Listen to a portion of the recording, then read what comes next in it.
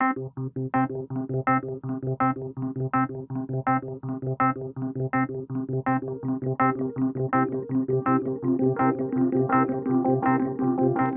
یک ساختمان اداری بزرگ در شب قبل از روز ولنتاین، جان و جنیفر به طور جداگانه تا دیر وقت کار می‌کردند.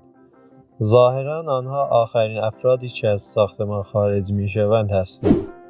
جنیفر در طبقه 49 وارد آسانسور می‌شود و کمی بعد در طبقه 42 جان نیز وارد آسانسور می‌شود و آن دو شروع به صحبت کردن با یکدیگر می‌کنند. در مسیر پایین آسانسور ناگهان متوقف می‌شود. ظاهراً به دلیل رعد و برق بیرون این اتفاق افتاده است. آنها متوجه می‌شوند که تلفن‌های همراهشان نیز آنتن ندارد و شروع به نگران شدن می‌کنند که ممکن است تا فردا در آنجا بمانند، زیرا فردا برای هر دوی آنها روز مهمی است. در ابتدا آنها سعی می‌کنند دریچه بالای آسانسور را باز کنند، اما بعد از کمی تلاش خسته می‌شوند و بر روی زمین می‌نشینند. جان آب و یک بطری شراب خود را به اشتراک می‌گذارد که به گفته خودش هدیه‌ای است که برای مشتری است. آنها برای کشتن زمان شروع به نقاشی کشیدن از یکدیگر می‌کنند و تصاویر یکدیگر را رسم می‌کنند. با گذشت ساعت‌ها آنها تصمیم می‌گیرند که یک بازی انجام دهند که در آن جنیفر به جان پیشنهاد می‌کند که عجیب‌ترین رابطه جنسی خود را به اشتراک بگذارد. جان ادعا می‌کند که داستان‌های جنسی خوبی ندارد.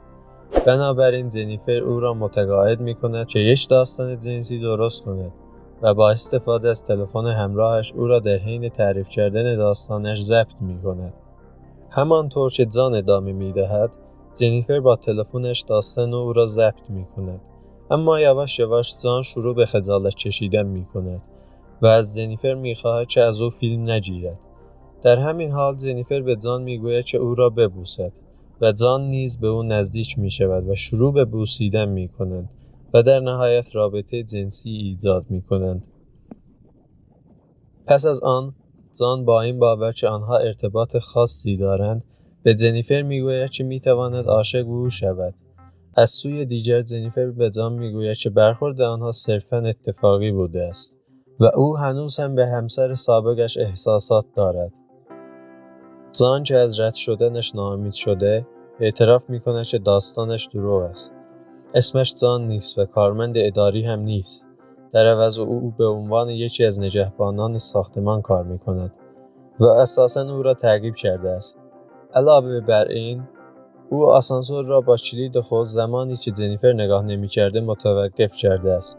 سپس کلید آسانسور را باز می‌کند و آسانسور را دوباره راه‌اندازی می‌کند. جنیفر عصبانی می‌شود و با عصبانیت به جان می‌گوید که همه چیز را به پلیس خواهد گفت و او در زندان خواهد پوسید و جان را تحریک می‌کند تا دوباره آسانسور را متوقف کند.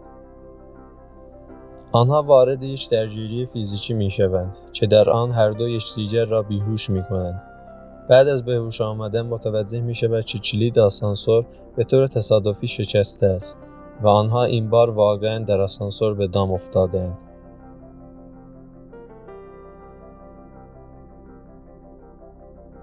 جنیفر از جان می‌پرسد که چرا او با او این کار را کرده است و جان می‌گوید که می‌خواسته با او یک قرار بگذارد، اما اگر از جنیفر درخواست می‌کرد او درخواست را رد می‌کرد.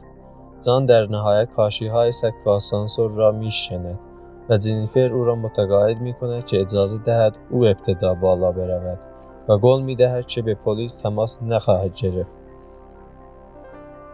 جان موافقت می‌کند و به جنیفر کمک می‌کند تا از بالای آسانسور به بیرون برود و وقتی نوبت جان می‌شود جنیفر به او کمک نمی‌کند و به او می‌گوید که در اینجا بماند و بمیرد. سپس جان خودش را بیرون می‌کشد و جنیفر را تعقیب می‌کند. جنیفر در حالی که سعی می‌کند درهای آسانسور را در طبقه بالا باز نگه دارد، جان او را می‌گیرد و هر دو به داخل کابین آسانسور می‌افتند.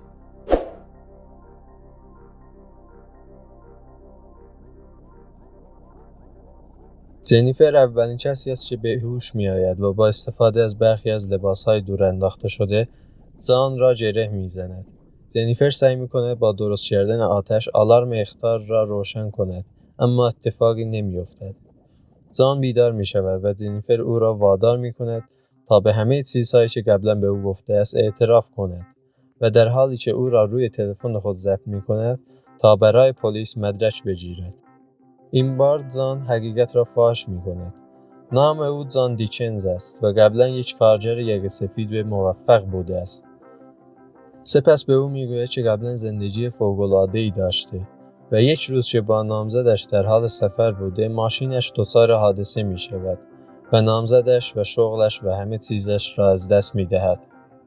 پس از گذراندن 6 ماه زندان برای این تصادف او نتوانست شغلی امیدوار کننده پیدا کند. بنابراین او برای چشیدن طعم زندگی قبلی خود ماجرای آسانسور را طراحی می کند.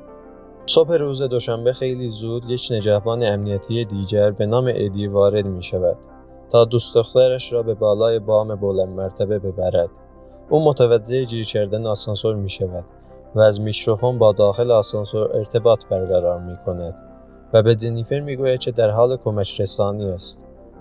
جان خودش را آزاد می کند و مانع از به بیرون رفتن جنیفر می شود و ادی را به داخل آسانسور می کشد و با یک ضربه او را می کشد.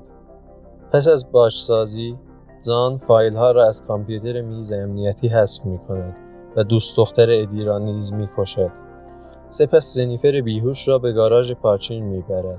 او را در صندوق عقب ماشینش فرو می کند و دور می شود. وقتی جان ماشین را متوقف می کند و صندوق عقب آن را باز می کند، به نظر می رسد جنیفر مرده است. با این حال، او ناگهان حمله می کند و جان را به زمین می اندازد. او سوار ماشین جان می شود و شروع به رانندگی می کند.